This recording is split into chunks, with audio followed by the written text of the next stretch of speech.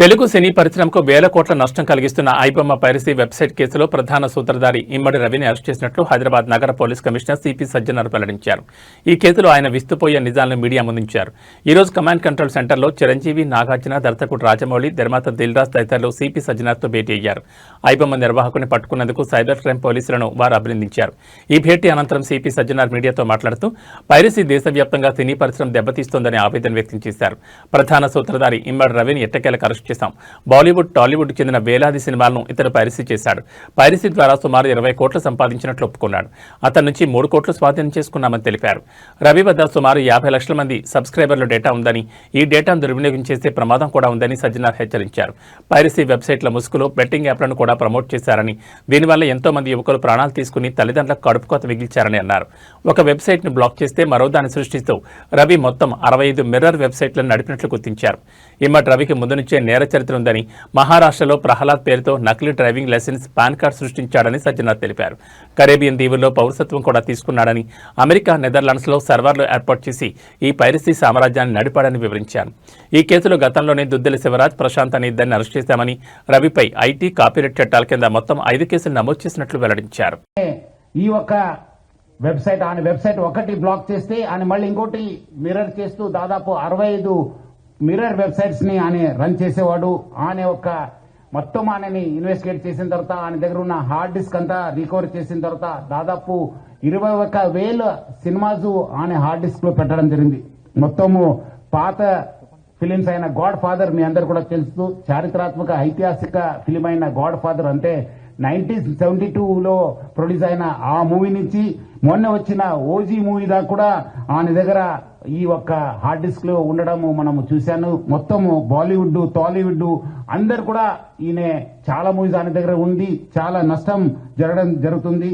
అదేవిధంగా ఆయన ఇప్పటిదాకా ఒక 20 crores సంపాదన చేశారని చెప్పి ఆయన వెల్లడించారు. మనం దాంట్లో 3 కోట్ల రూపాయలు మనము సీజ్ చేయడం జరిగింది. అది ఇంకా మనం ఆయన ఫైనాన్షియల్ డీటెయిల్స్, ఆయన మనీ లాండరింగ్ ప్లస్ ఏం చేశారు, ఎక్కడెక్కడ చేశారు, ఈ ర్యాకెట్ లో మొత్తం ఏముందని తెలుసుకోవడానికి ఆయన పోలీస్ కస్టడీ కూడా మనం అడగడం జరిగింది. అది వచ్చిన తర్వాత కూడా ఇంకా మనము ఆయన దగ్గర ఉన్న విషయపైన మనం రాపట్టుకోవడానికి మా వంతు కృషి చేయడం జరుగుతుంది.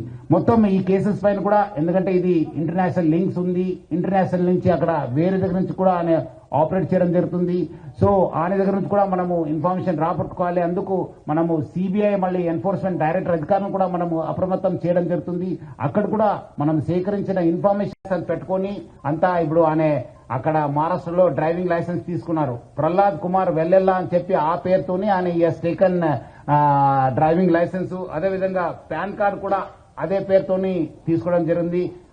ప్రహ్లాద్ కుమార్ వెల్లెల్లా, సన్ ఆఫ్ నరసింహ వెల్లెల్లా అని చెప్పి కూడా ఆయన ఈ ఒక లైసెన్సెస్, పాన్ కార్డ్స్ కూడా తీసుకోవడం జరిగింది. ఇక్కడ కూడా మన దగ్గర కూడా సేమ్ మన ఆంధ్రప్రదేశ్ ట్రాన్స్పోర్ట్ డిపార్ట్మెంట్ కూడా లైసెన్స్ తీసుకోవడం జరిగింది. సో ఇట్లానే ఫస్ట్ నుంచే ఆ ఒక్క క్రిమినల్ మెంట్ ఆఫ్ మైండ్ ఉండడంతో ఈ అంతా లోతుగా టెక్నాలజీ యూజ్ చేసుకుంటూ ఈ పైరసీ లో ఇన్వాల్వ్ కావడం జరిగింది. ఎప్పుడు పోలీస్ ఆనే వెంబడబడినారు, ఎప్పుడు ఫిలిం ఇండస్ట్రీ అప్రమత్త అయింది.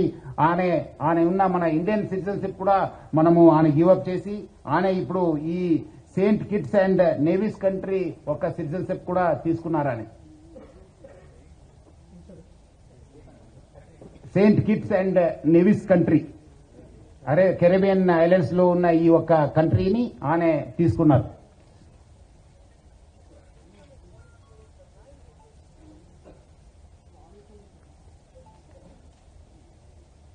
అదేవిధంగా ఆయన అక్కడ ఫ్రాన్స్ లో ఉంటూ మొత్తము Netherlands, Switzerland, USA, Thailand, France, Dubai లో బాగా తిరిగేవాళ్ళు.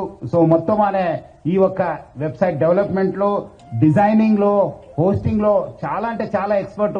అంటే చాలా సంవత్సరం నుంచి ఆ ఒక విద్యాన్ని నేర్చుకొని ఈ ఒక నాలెడ్జ్ ని పెంచుకొని ఇదంతా ఐబొమ్మ, బొప్పం టీవీని ప్రమోట్ చేయడం జరుగుతుంది.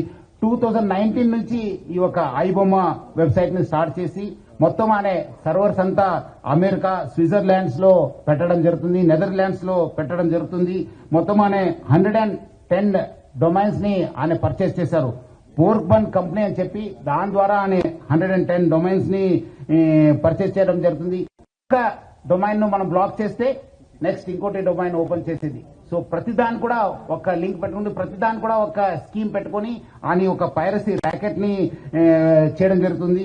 అదేవిధంగా మనము ఓటీటీ ఫిలిమ్స్ లో ఉన్నది కూడా ఆయన యూస్ టు మంచి క్వాలిటీ చేసేసి ఆయన అప్లోడ్ చేసేవాడు ఆయన ఒక వెబ్సైట్ లో. దానివల్ల కూడా బాగా కొత్త టెక్నాలజీ యూజ్ చేసుకుని స్క్రీన్ రికార్డింగ్ చేసి దాన్ని కూడా ఎడిట్ చేసి ఈ ఒక మూవీస్ అన్ని కూడా అప్లోడ్ చేసేవాడు. అదేవిధంగా కొత్త మూవీస్ కూడా సీక్రెట్ కెమెరాస్ పెట్టి టెక్నాలజీ యూజ్ చేసి కొంచెం హై ఎండ్ టెక్నాలజీ యూజ్ చేసి కూడా ఆయన రిలీజ్ చేసేవాళ్ళు. ఇదంతా కూడా ఆయన ఒక